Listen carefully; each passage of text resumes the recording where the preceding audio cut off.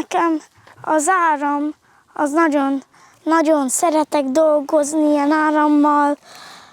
Építettem már 230 voltos lámpát, ami ráz olyat, de le kellett szigetelni, hogy ne rázzon meg majd utána.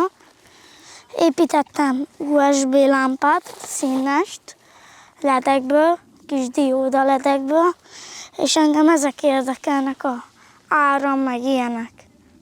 Úgyhogy ennyiből ez korszakalkotó ez az iskola. És szeretem kiemelni, hogy Nógrád megye első alternatív intézménye, és ez nagyon jó, meg szörnyű is, tehát hogy ennyi évet kellett erre várni.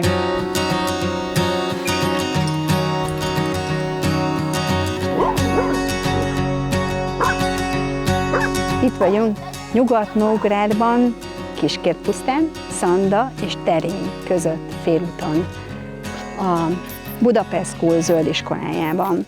Ebbe az intézményben jelenleg 21 gyerek jár, mindenféle évfolyamra, és 3 pedagógus, 3 teljes állású pedagógus tanít itt. Mintha itt elsuhant volna ez a nyár, és onnan folytatnánk, ahogy ott abba hagytuk. Én nagyon örülök, hogy itt vagytok, itt vagyunk.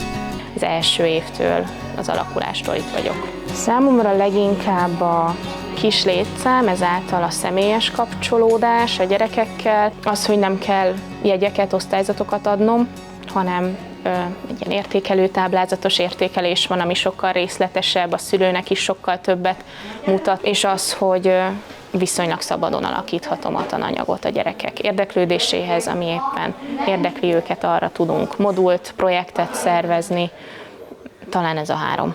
Szerettük volna azt, hogy a fiunk is jobban kapcsolódjon a földhöz, kapcsolódjon a növényekhez, állatokhoz, jobban megtapasztalja azt a valóságot, amiben egyébként benne kéne élnünk mélyebben.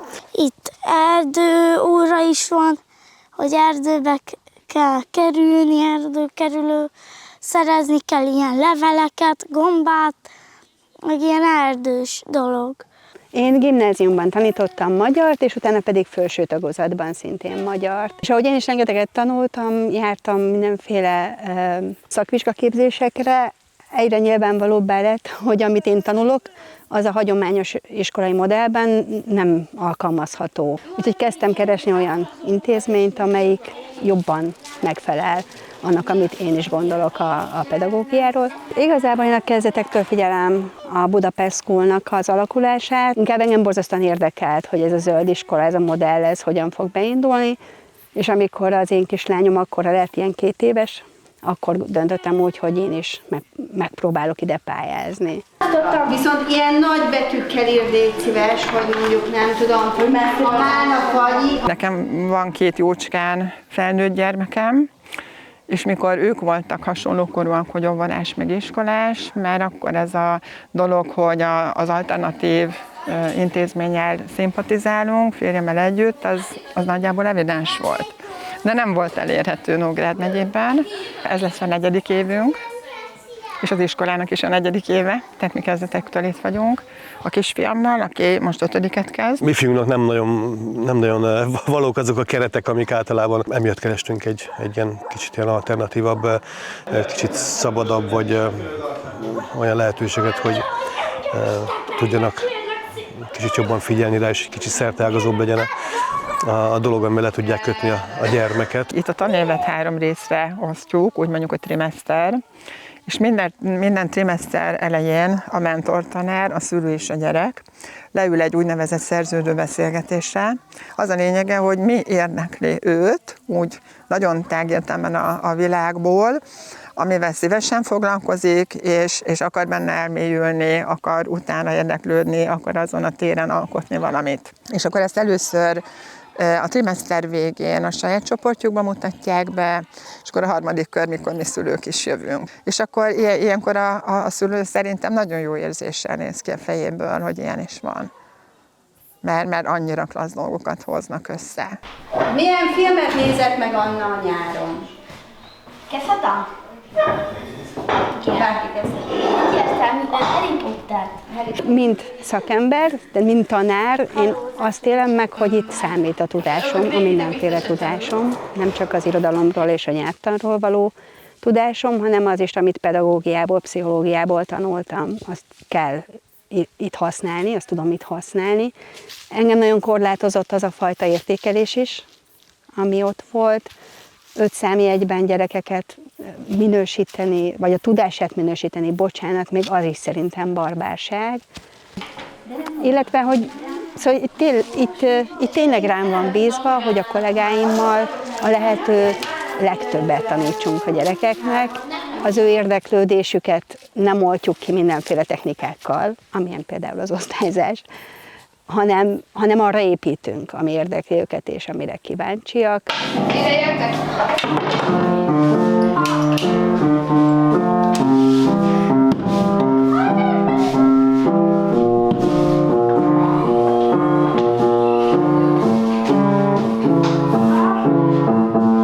Nagyon sokat nem tudtunk az iskoláról, eljöttünk ide egy kis nyílt napra, meg aztán utána, amikor megtetszett, és azt döntöttünk, hogy akkor ide, akkor így tetszett az, hogy tudtunk így együtt egy kicsit rendbe rakni az udvart, előkészíteni, hogy a gyerekek érkezhessenek ide szeptember 2-án az iskolába.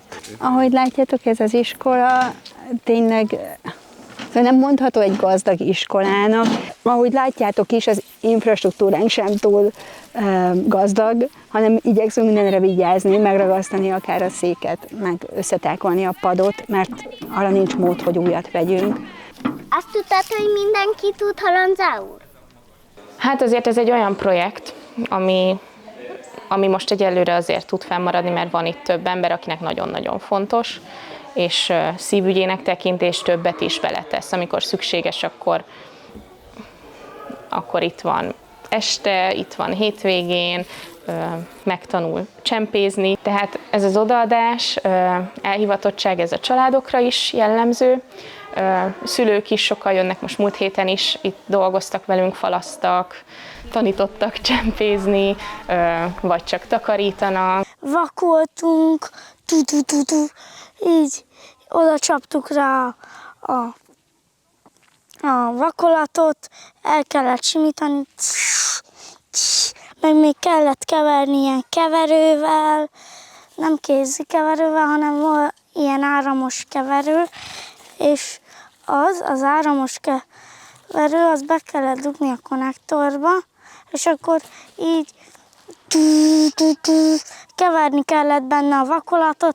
Szerintem fenntartható úgy tudna lenni, hogyha elérhetővé válna, és igény is megjelenne a helyiek körében egy ilyen fajta oktatásra. Egyrészt kapcsolatot kell teremteni, hogy értsék az emberek, hogy mi mit csinálunk, mert tényleg nagyon idegen, nagyon más, és először idegenkednek tőle az emberek. Van szerintem ellenérzés az iskolával kapcsolatban, amit oldana az, hogyha tudnánk felső tagozatjává válni a helyi terényi iskolának, hiszen ott nincs felső tagozat. Amint a gyerekek elvégzik a 4. osztályt, más településre kell járniuk iskolába. Úgyhogy ez egy nagyon nagy vágyunk és célunk, hogy valahogy át tudjuk venni ezeket a gyerekeket, és így elinduljon egy kooperáció a helyi intézménnyel. Én úgy érzem, hogy a kulcs egyébként így a személyes kapcsolódásokon van.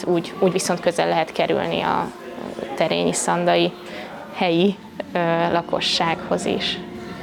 De azon dolgozunk, igen, hogy egy ösztöndíj programot létrehozhassunk, ami lehetővé teszi, hogy helyi családok gyerekei akár teljesen ingyen, de itt tanulhassanak. A hely arról is nevezetes, hogy Szentgyörgyi Albertnek a szülőháza itt van a bekötő útnál, kb. 200 lépésnyire innen. A Szentgyörgyi család ezt az épületet, ahol mi most lakunk, annak idején iskolának építette, és mindig az érzésünk van, mintha egy hagyatékot vennénk birtokba, hogy itt iskolát csinálhatunk.